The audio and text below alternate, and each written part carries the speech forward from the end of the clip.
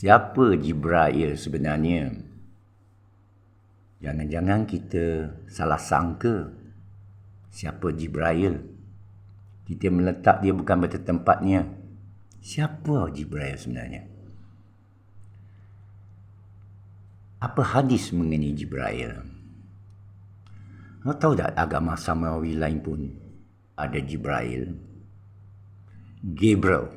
Dalam Bible ini bahasa Inggeris lah, Gabriel. Di Anglican kan Gabriel. The Archangel Gabriel, malaikat besar lah, Archangel lah, macam Archbishop. Datang kepada Maryam, membawa berita kamu akan ada anak. Apa tugas Jibril sebenarnya? Dia tak lain tak bukan Rasulullah, penyampai dari Allah. Al-Kalam, daripada guru kita, daripada guru dia, kepada guru dia, kepada Rasulullah Muhammad ibn Abdullah sallallahu alaihi wasallam, daripada Jibril alaihissalam, daripada Allah direct langsung. Allah lah guru, Allah lah yang mengajar. Yang semua sampaikan tu tidak tokok dan tidak tambah dan tidak tafsir. Sehingga Muhammad sallallahu alaihi wasallam ditanya, apa maksud alif lam mim? Jibril tak ajar, Nabi pun tak berani ajar. Hanya jawab, wallahu alam. Hanya Allah yang tahu. Dan Allah dah sebut, tak ramai yang tahu. Hanya sedikit. Mungkin ada hamba Allah yang tahu. Hanya untuk dia. Kita kata ilmu laduni. Jibril ni, kita tengok naratif Quran. Kita tengok naratif alam.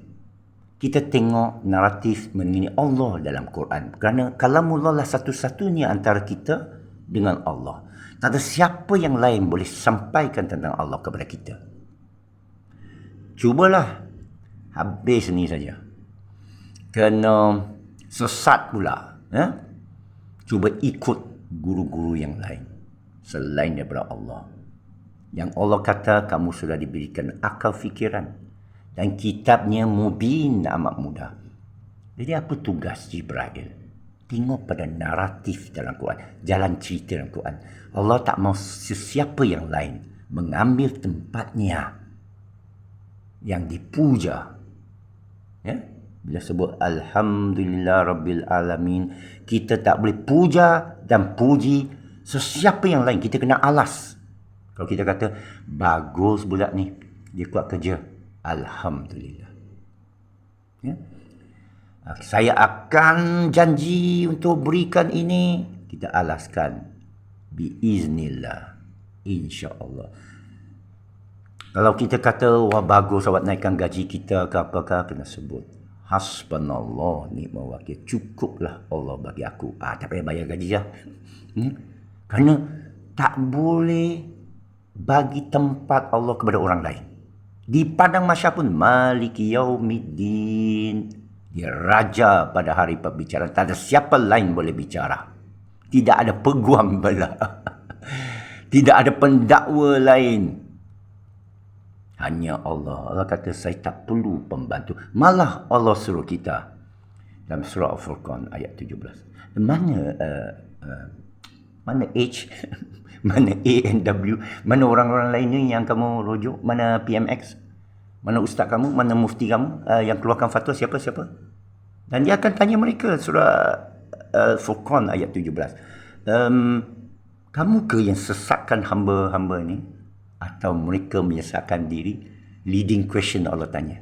Dan mereka jawab, surah Al-Furqan ayat 18. Tidak kita, mereka yang sesatkan sendiri. Jadi kita kena jaga. Belajar dari siapa kamu? Bisikan iblis. Macam mana awak tahu itu Jibril? Nabi Muhammad SAW pun mengesyaki Jibril itu iblis. Tengok ikhlasnya dia. Bukan, kerana banyak kaum, banyak agama lain, kalau dia dapat Jibril kan, dia puja, dia bagi ikat lah kat leher. Dia tunjuklah, tengok aku ada mushaf ini, Mormon. Dia tunjuk mushaf daripada Isa daripada Allah, Tuhan lah. Dia jadi satu Mormon Church. By Allah, kata dia terima ni wahyu daripada Allah. Rasulullah, dialah Al-Mahdi, diharamkan. Ahmadiyah, dia pun terima wahyu dari Jibril, dialah Isa, diharamkan, dihalau daripada Punjab ke Kashmir ke Pakistan sampai Amerika, jadi masyhur 10-20 juta orang.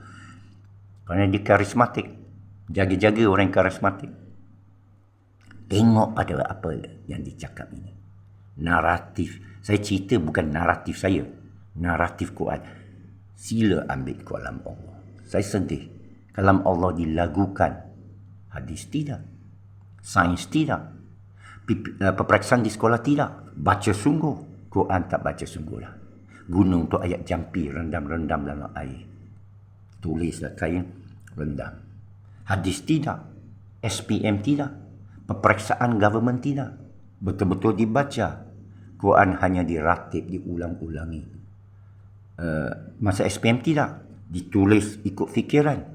Quran dibaca tanpa fikiran, tanpa terjemahan. Tak ada orang pun perhati surat cinta Allah. Amat sedih. Tak adalah saya. Awak sepatut rasa rugi. Oh Allah, kekasihku hantar surat kepada aku. Tetapi aku tak faham bahasa Korea ini. Allah, kalau kamu dapat surat daripada K-pop kamu, Korea kamu, teruslah akan bawa ke Google Translate, terus baca. Inilah hipokritnya kemunafikan kita depan Allah ke depan Tok Pek Kong. Selama ini siapa yang kita sembah? Walaupun bagaimanapun saya terima kasih atas komen-komen macam ini kerana dia trigger fakta, naratif sebenarnya. Cuba baca semua komen, hampir semua yang sesiapa pun dalam ceramah, soalan, mereka tanya benda remeh-temeh, furuk. Ustaz, betul ke bacaan saya waqab, ahad, tajwid? Ustaz, kalau saya malam Jumaat ya Ustaz, double ke? Macam Allah tu bagi loteri. Ini malam ni Lailatul Qadar mungkin Ustaz. Mana mereka kutip hadis tu? Tak ada orang lagi baca anzalnahi fi Lailatul Qadar tentang kalamullah yang turun dibawa oleh Ruhullah dan malaikat. Bukan malaikat, bukan Jibril yang kita fokus. Nabi di Gua Hira tu, ya Jibril yang bawa. Tapi tengok naratif. Asbabun nuzul. Disampaikan bahawa waktu, dan apa Jibril berkata bila dia sampaikan? Hanya kalamullah. Sehingga Nabi itu kadang-kadang terlalu excited, terlalu menunggu Jibril. Bila Jibril muncul tu, dia dah gerak-gerak bibirnya. Sahabat-sahabat tengok pun, Quran nak turun, Quran nak turun. Dan dia gerak bibirnya tapi tak ada ayat keluar. Ayat yang keluar lepas tu ialah, jangan percepatkan wahyu kami. Jangan bergerakkan bibir kamu. Kami yang tentukan masa. Jangan cepatkan atau lambatkan. Jangan ubah atau sembunyikan. Bila kita utus kepada kamu ayat tu, bangun dan sebarkan. Cakap, katakanlah, kul wallahu ahad. Kul a'udzu birabbil falaq. Kul a'udzu birabbin nas. Kul ya ayyuhal kafirun. Kita pun kul. Kul tu bermakna cakap. Kita mencakap. Boleh baca dengan kul dan boleh baca tak apalah. Saya bukan penafsir. Allah bercakap dengan kamu, bukan saya. Alhamdulillah. Segala puji bagi Allah yang menurunkan kalamnya, satu-satunya mukjizat, dan tidak ada lain dalam alam setanding dengannya. Assalamualaikum.